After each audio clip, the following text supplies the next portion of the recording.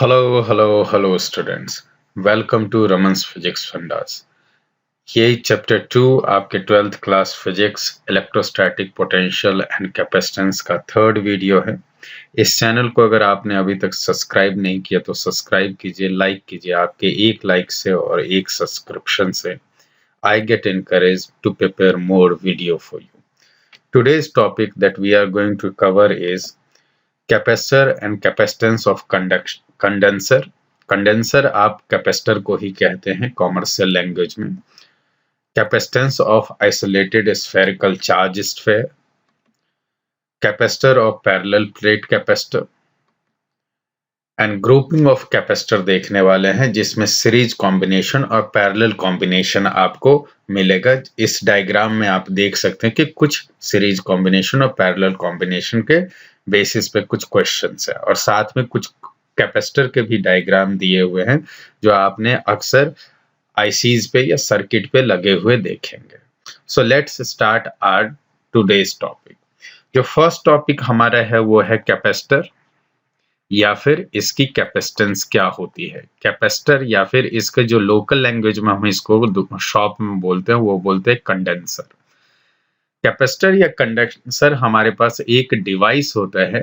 This device is used to store charge. It is a device used to store charge. होता यूं है कि जैसे हमारे पास मान लीजिए कि एक कैपेसिटर है। कैपेसिटर फिलहाल ये मैं पैरेलल प्लेट कैपेसिटर का एग्जांपल ले रहा हूँ, और जब आप इस पैरेलल प्लेट कैपेसिटर को एक वोल्टेज सप्लाई देते हैं, मान लीजिए इसे पॉजिटिव पोटेंशियल दिया और दूसरे प्लेट को हमने नेगेटिव दे दिया, या दूसरे प्लेट को आप चाहे तो अर्थ भी कर सकते हैं। तो यहाँ पे पॉजिटिवली चार्ज्ड हो जाएगा ये प्लेट और पॉजिटिव चार्ज डेवलप हो जाएगा, और ऑफ कोर्स इधर नेगेटिव चार्ज रहेगा, नेगेटिव चार्ज डेवलप हो जाएगा because it is connected to the negative potential of the battery. तो हम कैपेसिटर के लिए ये देखते हैं कि charge develop on plate of capacitor is directly proportional to its voltage. कितना चार्ज इसके ऊपर डेवलप होगा जितना इसके ऊपर वोल्टेज है। यहां से अगर आप देखें तो charge develop on capacitor is directly proportional to voltage. तो जब आप प्रोपोर्शनल साइन हटाते तो एक कांस्टेंट लगाते हैं, तो Q इक्वल टू आपका फॉर्मूला आता है CV, और C इक्वल टू अल्टीमेटली आता है Q upon V।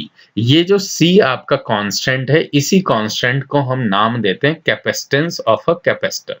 Capacitance of a capacitor को आप कैसे डिफाइन कर सकते हैं? It is defined as ratio of charge developed on a plate to the voltage applied across it.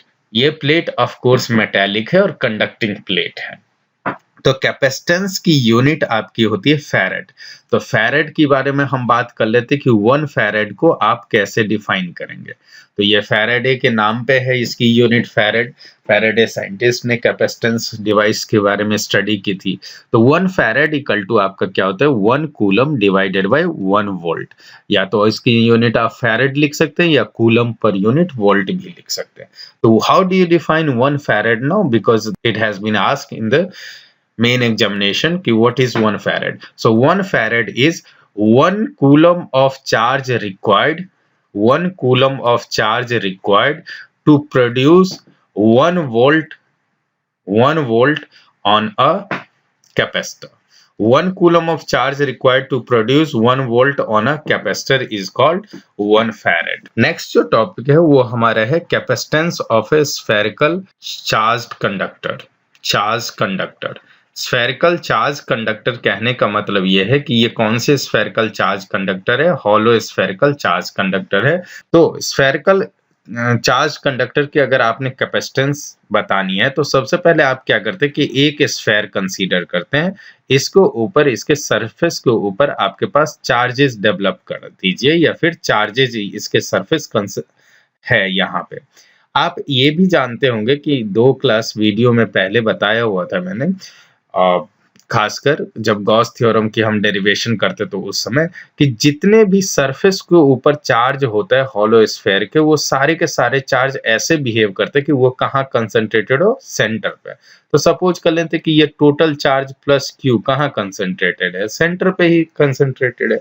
तो किसी भी r डिस्टेंस अवे हमारे पास वोल्टेज ड्रॉप कितना होगा इस चार्ज के वजह से या इस स्फेरिकल कंडक्टर के वजह से, वो वोल्टेज ड्रॉप आएगा आपके पास 1/4 पाई epsilon not Q upon R। ये आपका फॉर्मूला होता है वोल्टेज का या इलेक्ट्रोस्टैटिक पोटेंशियल का, जो हमने डेराइव भी किया था लास्ट वीडियो में, वीडियो सेकंड में। तो हमारे पास यहाँ पे क्या आ जाता है कि Q इक्वल टू अगर आप देखें तो V multiply by 4 pi epsilon naught R formula आया, और फिर Q upon V equal to आपके पास आता है 4 पाई एप्सिलॉन नॉट R। और इसी Q अपॉन V को कुछ देर पहले ही आपने ये देखा कि इसे हम कहते हैं कैपेसिटेंस, और कैपेसिटेंस इक्वल टू हमारे पास स्फेरिकल चार्ज कंडक्टर के लिए क्या आ गया 4 पाई एप्सिलॉन नॉट R। तो अगर आपसे कोई पूछता है कि कैपेसिटेंस की वैल्यू Q/V होता है, क्या ये चार्ज पे डिपेंड कर रहा है, क्या ये वोल्टेज पे डिपेंड कर रहा है, तो ये चार्ज या वोल्टेज पे बिल्कुल डिपेंड नहीं कर रहा है। आप फाइनल फॉर्मूला यहाँ देख लीजिए, ये किस पे डिपेंड करता है, डायमेंशन ऑफ कैपेसिटर पे डिपेंड करता है, डायमेंशन ऑफ कैपेसिटर। तो ये एक बहुत ही ट्रिकी क्वेश्चन हो जाता है जो आपको एग्जाम में बार बार पूछता है, आपको जस्ट उसमें उलझाने के लिए कि capacitance, does the capacitance value depends on charge और voltage, then it depends neither of these but it depends on the dimension of the capacitance. Next जो टॉपिक है हमारा वो है parallel plate capacitor. Parallel plate capacitor दरअसल होता क्या है, आपके पास जैसे मैंने पहले भी आपको ये डायग्राम में दिखा चुका हूँ कि आपके पास दो पैरेलल प्लेट कैपेसिटर है। यहाँ पे पैरेलल प्लेट कैपेसिटर एक एंड को आप पॉजिटिव पोटेंशियल से या पॉजिटिव वोल्टेज से सप्लाई कर देते हैं या अटैच कर देते हैं, दूसरे जो प्लेट होते हैं उसको आप नेगेटिव पोटेंशियल से अटैच कर देते हैं। तो जो पॉजिटिव पोटेंशियल से अटैच रहता है उस पर पॉजिटिव चार्ज डेवलप होगा, और जो नेगेटिव पोटेंशियल से अटैच रहता है उस पर नेगेटिव चार्ज डेवलप हो जाएगा।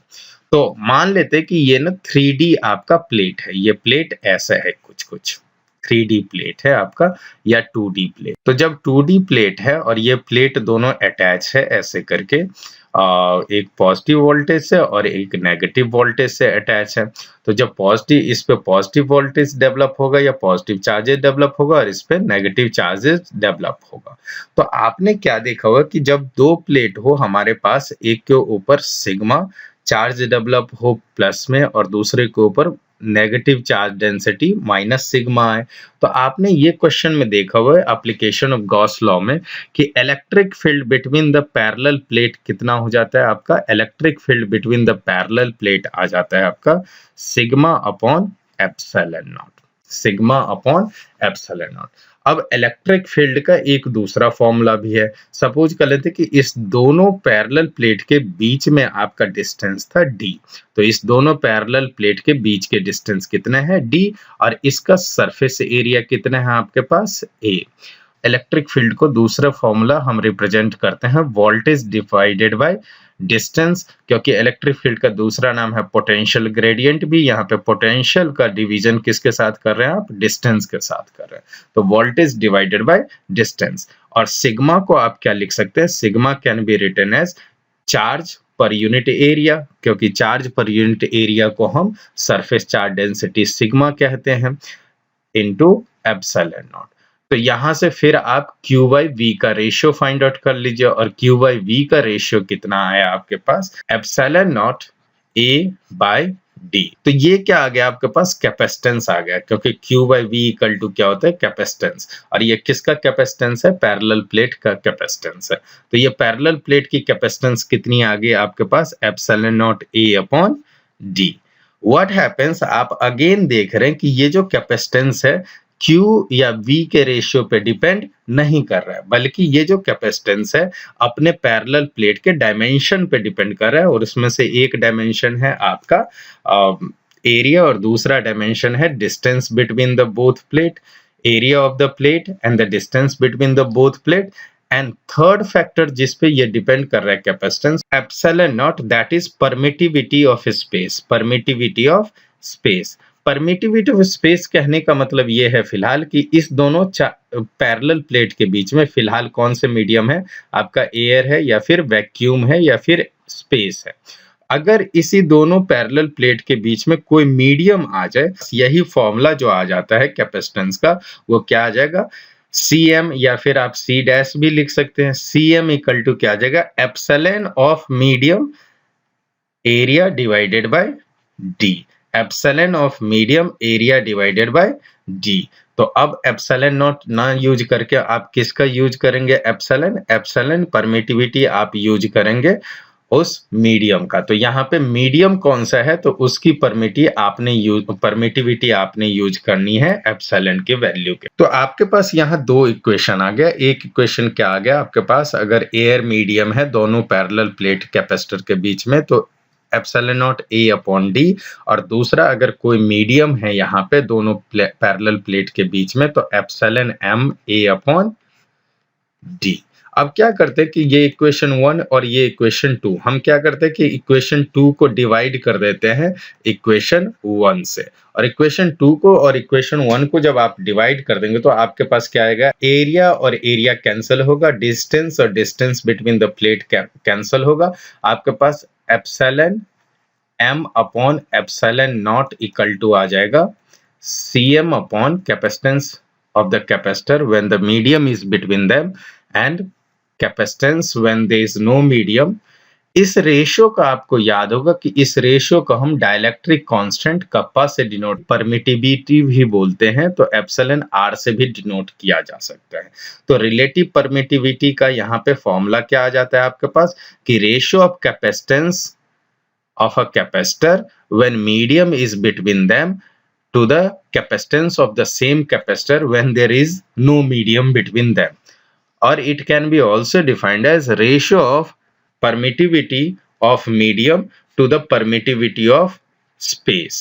नेक्स्ट जो है हमारा वो है combination of capacitor. Combination of capacitor के ऊपर सबसे ज्यादा आपका क्वेश्चन पूछा जाता है। कॉम्बिनेशन ऑफ कैपेसिटर आपके दो तरीके के होते हैं, पैरेलल कॉम्बिनेशन और सीरीज कॉम्बिनेशन। सीरीज कॉम्बिनेशन सबसे पहले हम देखेंगे। आपने 10th क्लास में ऑफ कोर्स पढ़ा हुआ है कॉम्बिनेशन, ये सारे कॉम्बिनेशन आपने पढ़े हुए, लेकिन उस समय जो कॉम्बिनेशन आपने पढ़ा वो रेजिस्टेंस के लिए पढ़ा। आज पहली बार आप किसके लिए पढ़ रहे हैं, आप पैरेलल प्लेट कैपेसिटर के कॉम्बिनेशन के बारे में आप पढ़ रहे हैं। तो पहला हम करते हैं सीरीज कॉम्बिनेशन। सीरीज कॉम्बिनेशन वो कॉम्बिनेशन होता है जिसमें सर्किट के एक एंड से, ध्यान दीजिए इस चीज को, कि सर्किट के वन पॉइंट से आप अनदर पॉइंट पे जाएं तो एक ही पाथ एग्जिस्ट करेगा, एक ही path, there is only one way to traverse from one side of the circuit to the another side of the circuit. पहली चीज तो ये ध्यान देना है आपको। दूसरी चीज आप ये ध्यान देना है कि सीरीज कॉम्बिनेशन में चार्ज की वैल्यू हमेशा क्या रहती है, सेम, या फिर इसी के जगह आप इलेक्ट्रिसिटी में कह सकते हैं कि करंट की वैल्यू हमेशा क्या रहता है आपका, सेम। तो चार्ज की वैल्यू सेम रहता है, लेकिन वोल्टेज आपका डिवाइड होता है। वोल्टेज जो आता है आपका, मेन वोल्टेज हर एक कैपेसिटर के बीच में आपका डिवाइड हो जाता है। So let's go and study it's derivation. तो सीरीज कॉम्बिनेशन में हम सपोज कर लेते कि हमारे पास यहाँ तीन कैपेसिटर्स हैं। कैपेसिटर हमारे पास आ गया C1, और दूसरा कैपेसिटर यहाँ C2, और तीसरा कैपेसिटर यहाँ पे हमारे पास है C3। ये C1 C3 और को हमने कंबाइन कर दिया एक मेन पोटेंशियल सप्लाई से, उसका नाम दिया हमने V। ये पोटेंशियल सप्लाई हमने इसको दे दिया, उसका नाम है V। तो आपको अभी अभी बताया कि इसके पास जो चार्ज रहेगा वो चार्ज आपका वही रहेगा, इसके पास भी वही चार्ज रहेगा, इसके पास भी वही चार्ज रहेगा, क्योंकि सीरीज कॉम्बिनेशन में चार्ज की वैल्यू चेंज नहीं होता है। वेयर एज अगर कैपेसिटेंस C1 के पास अगर आप वोल्टेज की बात करें तो इसकी वोल्टेज डिवाइड होके V1 होगी, कैपेसिटेंस C2 के पास वोल्टेज जो होगी वो V2 होगी, और कैपेसिटेंस C3 के पास जो वोल्टेज होगी वो V3 होगी। तो व्हाट हैपेंस कि यहाँ पे अगर मेन वोल्टेज आप देख रहे हैं कि डिवाइड हो रहा है, तो main voltage will be equal to V1 plus V2 plus V3। Total voltage जो होगा इंडिविजुअल वोल्टेज के सम के बराबर होगा। अभी आपने देखा हुआ है कि सीरीज, आपने कैपेसिटेंस के फॉर्मूला में या प्रिंसिपल में ये पढ़ा था कि Q इक्वल टू CV, और यहां से आपके पास फॉर्मूला आ जाता है कि V equal to Q upon C। तो हम इसे मेन वोल्टेज को क्या लिख सकते हैं कि Q अपॉन C इक्विवेलेंट, क्योंकि इस तीनों कैपेसिटेंस का एक इक्विवेलेंट कैपेसिटेंस आएगा, उसी का नाम हमने C इक्विवेलेंट डाला। यहाँ पे या रिजल्टेंट इक्विवेलेंट डाल सकते हैं, हम रिजल्टेंट कैपेसिटेंस बोल सकते हैं। तो Q upon resultant capacitance equal to Q upon C1 plus Q upon C2 plus Q upon C3। यहाँ आप V1 के जगह क्या लिख रहे हैं, Q अपॉन C1 लिख रहे हैं, V2 के जगह क्या लिख रहे हैं, Q अपॉन C2 लिख रहे हैं, एंड सो ऑन आप लिखते जाएंगे। अब Q आपका सभी कैपेसिटर के लिए सेम है, लेकिन कैपेसिटेंस की वैल्यू अलग अलग है, इसीलिए वोल्टेज आपका क्या हो जाता है, डिवाइड हो जाता है। अगर आप दोनों LHS साइड और RHS साइड देखें तो यहाँ Q कॉमन आ रहा है आपका LHS और RHS साइड, तो Q कॉमन आके आप इस इक्वेशन को क्या करते हैं, Q upon total resultant equivalent capacitance Q multiply by 1 upon C1 plus 1 upon C2 plus 1 upon C3, और इवेंचुअली Q और Q कैंसिल हो गया, 1 अपॉन C इक्विवेलेंट या फिर रिजल्टेंट कैपेसिटेंस क्या आ जाएगा आपके पास कि 1 upon C1 plus 1 upon C2 plus, अगर ढेर सारे कैपेसिटेंस है तो इसी को आप लिख सकते हो 1 अपॉन Cn। What happens कि यहाँ C इक्विवेलेंट को आप देख रहे हैं कि C इक्विवेलेंट हैज अ या resultant capacitance has a inverse relation with any individual capacitor, किसी भी इंडिविजुअल कैपेसिटर के साथ इनवर्स रिलेशन है। तो इसका मतलब जो रिजल्टेंट कैपेसिटेंस आएगा कॉम्बिनेशन का, चाहे कितनों ही कैपेसिटर क्यों ना रहे, उसके रिजल्टेंट या फिर इक्विवेलेंट कैपेसिटर जो आएगा उसकी वैल्यू किसी भी इंडिविजुअल कैपेसिटेंस की वैल्यू से क्या होगा, आपका कम होगा। तो ये भी एक इंपॉर्टेंट सेंटेंस है आपका सीरीज कॉम्बिनेशन में कि resultant capacitance is always less than the individual capacitance. अब हम उसी तीनों पैरेलल प्लेट कैपेसिटर का पैरेलल कॉम्बिनेशन देखते हैं। तो पैरेलल कॉम्बिनेशन में क्या होता है आपका कि पैरेलल कॉम्बिनेशन में दो तीन बातें आपको ध्यान देने वाली बात यह है। सपोज कर लेते कि यह हमारे पास कैपेसिटर C1 है और ये कैपेसिटर C2 है, और यहाँ पे हमारे पास लास्ट में क्या है, आपके पास कैपेसिटर C3। अब ये कैपेसिटर C1, C2 और C3 को आपने मेन सप्लाई वोल्टेज से कनेक्ट कर दिया है। सर्किट बिल्कुल ही क्लोज्ड है यहाँ पे, तो वोल्टेज से कनेक्ट कर दिया। तो यहाँ एक चीज देखिए कि सारे कैपेसिटर आप A एंड से B एंड पे जाएं तो सारे कैपेसिटर के रूट से होते हुए आप जा सकते हैं यहाँ पे। मतलब यहाँ पे कितने वे एग्जिस्ट करते हैं from one path, one end of the circuit to the other end of the circuit, more than one path इसमें एग्जिस्ट करता है, लेकिन सीरीज में क्या था कि सिर्फ एक ही पाथ एग्जिस्ट करता था। दूसरी चीजें जो आपको ध्यान देने वाली बात है कि इसमें किसी भी कैपेसिटेंस के across any capacitance will have the same potential, alright, same voltage.